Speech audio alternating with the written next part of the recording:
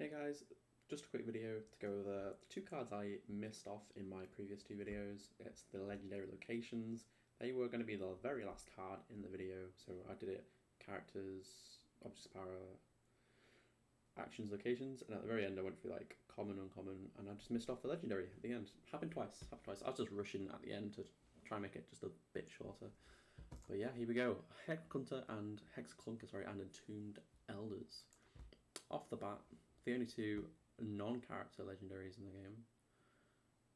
I don't think they're any better than the characters. I'd rather play a character legendary than a location one. And here's why. We'll start with Clunker. So, Clunker is only going to be as good as the object's power in your deck. So you want to build an object power deck. But if you're basing it on Clunker, you need to draw the Clunker, and it's only one copy in your deck. So already I'm thinking you're going to have a lot of dead draws, because you don't really want to draw the objects of power if you can play them for free with Clunker. Now at the moment though, in Curdle Hill, there's like 4 or 5 objects of power. Let's have a look at them. Objects, Curdle Hill, where are we going? There we go. Now what can we grab with Clunker? So Cauldron, if I can get that out for free, I'm doing it. Of course, like, the only downside with being able to deploy objects of power, you need to have a character on your field, on your canvas already. Which is fine, it's okay. It's just a lot of removal for characters in the game, you can get attacks. But yeah, it's a strategy I've not really considered too much or played with around. I'd like to give it a go, so maybe I'll try a Clunker deck out soon and see how that goes. But yeah, if I can play 2 Delilahs, I'd play it too with Clunker, because it's literally giving you a chance to draw a card or every turn for free, pretty much. And it's strong. Now, the one thing I don't like about... Actually, I'll just go over it really quick. The one thing I don't like about the Curdle Hill Objects Power is that they don't give you any shards. Sure, Kronos is just one shard, and this is just a minus, and this is... Yeah, it's... Compared to the ones in Draco Temple, I got +3 plus a steal of 1 here. I'd rather have this. I'd rather have Prism Stones, because I really want to play a Clunker, get a Prism Stone out, and then I'm getting +5 back at the end of the turn 2 from the Clunker, which I think is really, really good. It's just unfortunate that I can't mix the 2 Planums, or the 2 sets. But yeah, best object power in the game, probably. I'm not sure. I've not played around with it too much. Muon Trap. This card is great if you get Clunker out, and if you play Clunker, turn off the turn, you can get Muon Trap. Even if they remove your character with it on and get their guy back, you can just dig for it, because Clunker can get it from your dregs as well. And being able to do this every turn effectively locks them out of characters unless they can get rid of Clunker, which is really strong. I just don't know how relevant having characters on the board is going to be, because I reckon locations are just really good right now, a lot better than a lot of characters. But yeah, defo want to give it a go. It could be really, really good. It'll definitely be really good in the future when there's more objects of power and there's more ways to get the Clunker out quicker, like how we see with Murky Mana getting out Isadora quick. Yeah, defo keep your eye out on that. The other ones aren't too good. They're very, very basic. Very basic. But yeah, right now, Cauldron, Muon Trap. Is it worth it to play the Clunker, play these?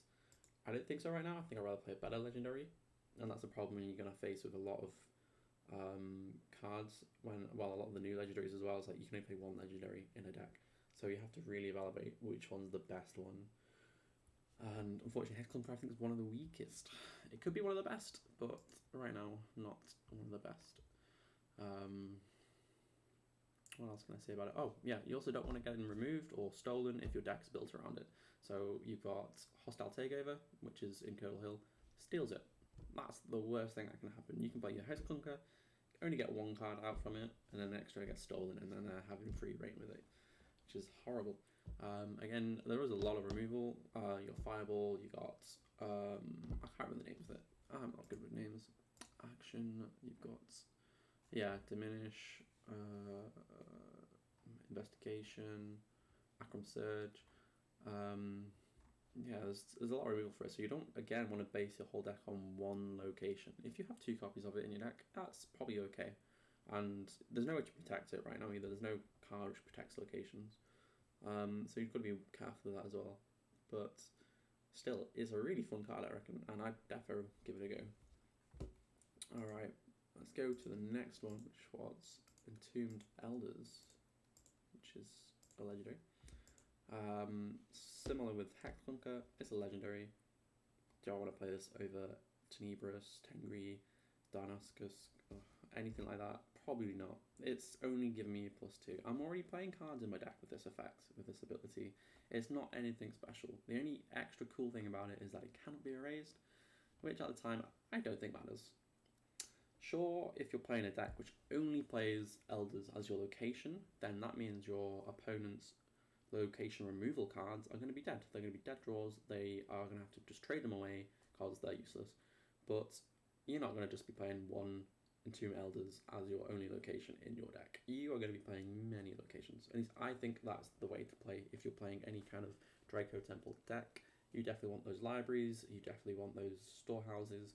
You definitely want the gates of monastery gates, or yeah, the one that gives you +3. And if you're playing all those, your opponent's just still going to remove them. It doesn't matter if Entombed Elders doesn't get removed, but even though it is one of the better resolve effects of stealing 2. The other thing about it though is that you can already play 2 copies of the promo card if you're lucky enough to get them, the Siege of Draco Temple. If I can find that for you, I think it's uncommon. This guy. It's the same effect. It just costs 2 less, and it can get removed. I'd play 2 of these over at 100% all the time. Better off playing 2 of those than the Draco Temple and not a better legendary, because you definitely have better legendaries that you want to play all the time. Yeah. If I could play more legendaries in the deck, yeah, maybe I would try it out in Elders, but still 6, and it's only given +2. I don't know. It's just a bit expensive for what it does. But yeah, it's still a solid card. Like, it's a good card. It's just a bit expensive. Yeah, and of course you still have to be worried about getting it stolen if you go against a Colonel deck. But yeah, it's a solid 3 out of 5, 4 out of 5 maybe. It's legendary. It has to be good, right? But yeah, that's about it. I'm just going to stop there, I guess. And thanks for watching the little recap on those 2 cards. Any questions, drop a comment. And if you want to talk more about it, just hit me up on Discord. Right, cheers, guys. Thanks.